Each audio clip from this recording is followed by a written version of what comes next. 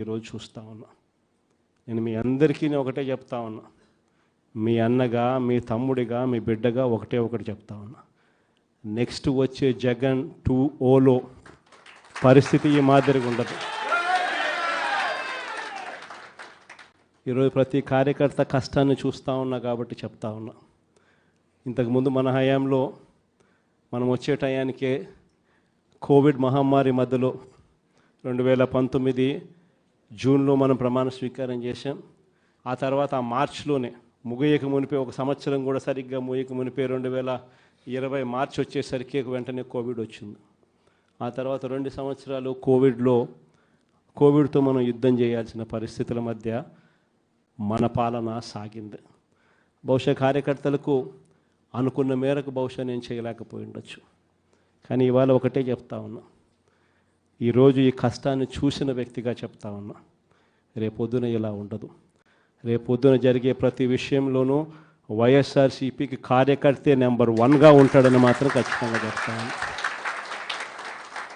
ప్రతి కార్యకర్తకు నేను ఒకటే చెప్తా ఉన్నా, ఎవడెవడైతే మీకు అన్యాయం చేశాడో పర్వాలా, అన్యాయం చేయండి, చేయించుకుంటాం, టైం మీది, కానియండి, కొట్టండి అని చెప్పండి.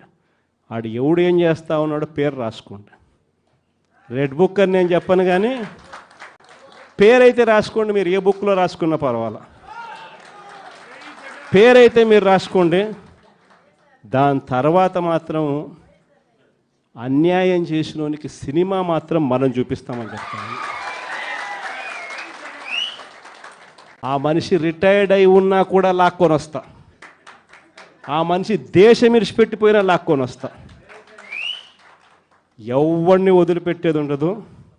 ఒక్కొక్కడికి మాత్రం సినిమా మాత్రం ఎలా చూపించానో అలా చూపిస్తామని మాత్రం చెప్తాను. ఖచ్చితంగా వీళ్ళు ఏదైతే నాటుతున్నారో, ఏదైతే ఇత్తుతున్నారో, ఇది రెండింతలు వీళ్ళకి పండే కార్యక్రమం కూడా జరుగుతుందని మాత్రం ప్రతి కార్యకర్తకు గట్టిగా చెప్పండి. ఎందుకనంటే ఈరోజు రాష్ట్ర వ్యాప్తంగా ఇదే జరుగుతూ ఉంది. ఒక్కొక్కని కథ వింటూ ఉంటే నిజంగా మనసుకు బాధ కలుగుతుంది. ఆ బాధ ఎలాంటి బాధ అంటే చెప్పలేం. అసలు మంగళగిరిలో ఒక పాపను, కృష్ణవేణి మంగళగిరి పాప, సోషల్ మీడియా పాప తీసుకొని పోయి, ఆడపాపను కూడా, ఆడకూతురు అని కూడా చూడుకోకుండా తీసుకొని పోయి హైదరాబాద్ నుంచి ఎత్తుకొని వచ్చి స్టేషన్లలో పెడతా ఉన్నారు. ఇంకొక పాప సుధారాణి, ఆ పాపను నెలలు ఈ స్టేషన్ నుంచి శ్రీకాకుళం నుంచి తిప్పినారు. శ్రీకాకుళం నుంచి కింద దాకా అన్ని స్టేషన్లు తిప్పుకుంటూ నెల రోజుల పాటు బెయిల్ రాకోకుండా తిప్పినారు. ఆడవాళ్ళను, ఆడకూతుర్లను కూడా చూడుకోకుండా కేవలం వీళ్ళకి వ్యతిరేకంగా పోస్ట్ పెట్టిందని ఇంత దౌర్జన్యంగా జరుగుతూ ఉన్నారు. వంశీ అని ఇప్పటికి 1.5 అయిపోయింది. ఒక కేసులో బెయిల్ వస్తుంది, బెయిల్ వచ్చిన వెంటనే ఇంకొక కేసు, మళ్ళీ ఆ కేసులో బెయిల్ వస్తుంది, బెయిల్ వచ్చిన వెంటనే మళ్ళీ ఇంకొక కేసు. ఇప్పటికి 11 కేసులు. ఒక కేసు అయిపోయినాక ఒక కేసు, ఒక కేసు అయిపోయినాక ఒక కేసు. 2 నెలలు దాదాపుగా వంశీ ఈరోజు జైల్లోనే కనపడతా ఉన్నాడు. ఇంకొక దళితుడు, ఎక్స్-ఎంపీ నందిగామ సురేష్, పాపం 1.5 రోజులు పాపం జైల్లో పెట్టారు. బెయిల్ రాకుండా అడ్డుకుంటూ జైల్లో పెట్టారు. మళ్ళా చివరకు కోర్టుల ద్వారా ఎంతో కష్టపడితే బెయిల్ వచ్చింది. వచ్చిన తర్వాత మళ్ళా 3 నెలలు 4 నెలలు తిరగక మునిపి మళ్ళీ ఈరోజు నిన్న మళ్ళా కేసు. వాళ్ళ ఇంటి దగ్గరికి ఒక వ్యక్తి వచ్చి దళితుడని కూడా చూడుకోకుండా ఆ మనిషిని ఈయనే తిడతాడు. ఎందుకు నన్ను తిడుతున్నావు అని చెప్పి ఈయన ప్రశ్నిస్తే ఈయన మీద కేసు పెట్టి జైల్లో పెడతా ఉన్న పరిస్థితి మొట్టమొదటిసారిగా ఇప్పుడు చూస్తూ ఉన్నాం. అది ఈరోజు ఇంత దారుణంగా ఈరోజు జరుగుతూ ఉంది.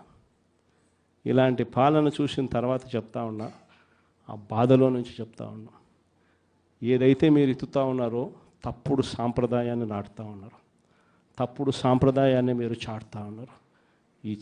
ఈ సాంప్రదాయం ఒక వృక్షం అవుతుంది. మీరు ఏదైతే ఇచ్చారో అది 2 ఇంతలు వెనక్కి తిరిగి మిమ్మల్ని తన్నే పరిస్థితిలోకి ఈ వ్యవస్థ తయారవుతుంది. ఇలాంటి పరిస్థితుల మధ్య ఈరోజు మనం అంతా కూడా ఏకమై ఒకటి చెప్తా ఉన్నాం, రాబోయే రోజుల్లో గట్టిగా పోరాటం చేద్దాం. సంవత్సరం అయిపోయింది కళ్ళు మూసుకొని కళ్ళు తెరిచేసరికి.